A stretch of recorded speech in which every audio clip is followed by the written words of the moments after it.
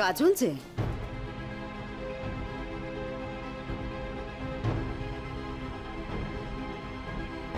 কি খবর কি তোমার?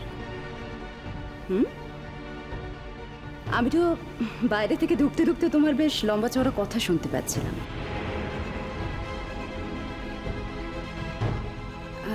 ব্যাপারটা কি বলো তো? না, তুমি কি ভেবেছো আমি এই বাড়িতে এতদিন নেই বলে আমি এই বাড়ির বউ নই?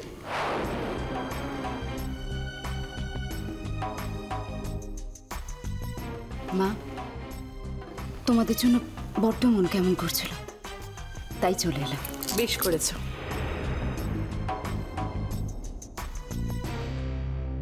আমি ঠিক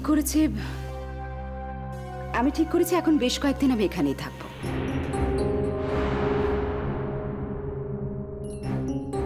হ্যাঁ মামুনি, তুমি ঠিকই করেছো।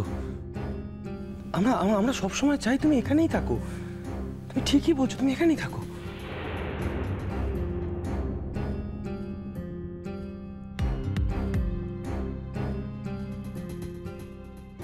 আমার ঘরটা ঠিকঠাক আছে তো?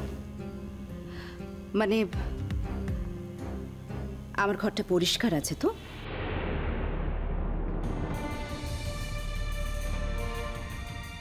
এই বাড়ি তো আসল খেল জমবে। তোর লম্বা চওড়া কথা এবার বেরোবে কাজল। নীলের আসল বউ এসে গেছে।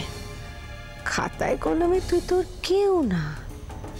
দেখ দেখ এখন লড়াইতে কে জেতে। কি হলো?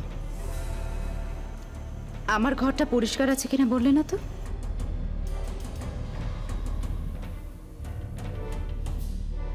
তুমি কোন ঘরের কথা বলছো আরশি দিদি?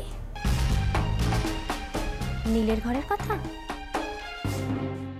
যদি নীলের ঘরের কথা বলে থাকো তাহলে হ্যাঁ, ওই ঘরটা পরিষ্কার আছে। কারণ ওই ঘরে তো মু আছে, আর মু যখন যে পটে থাকি তখন মোর চারিদিকটা পরিষ্কার করে রাখি। এটাই আমার অভ্যেস। এবে যখন নীল নেই তখন তুমি চাইলে আমাদের ঘরটা মোর সঙ্গে শেয়ার করতে পারো। মা, মা কি বলছে কি ও? ও বাপে বাপে বাপে, কি বলছে? ওকে পাগল হয়ে গেছে?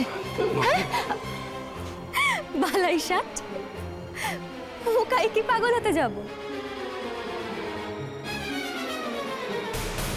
মু তো যে কথাটা সত্যি সেটাই বললাম।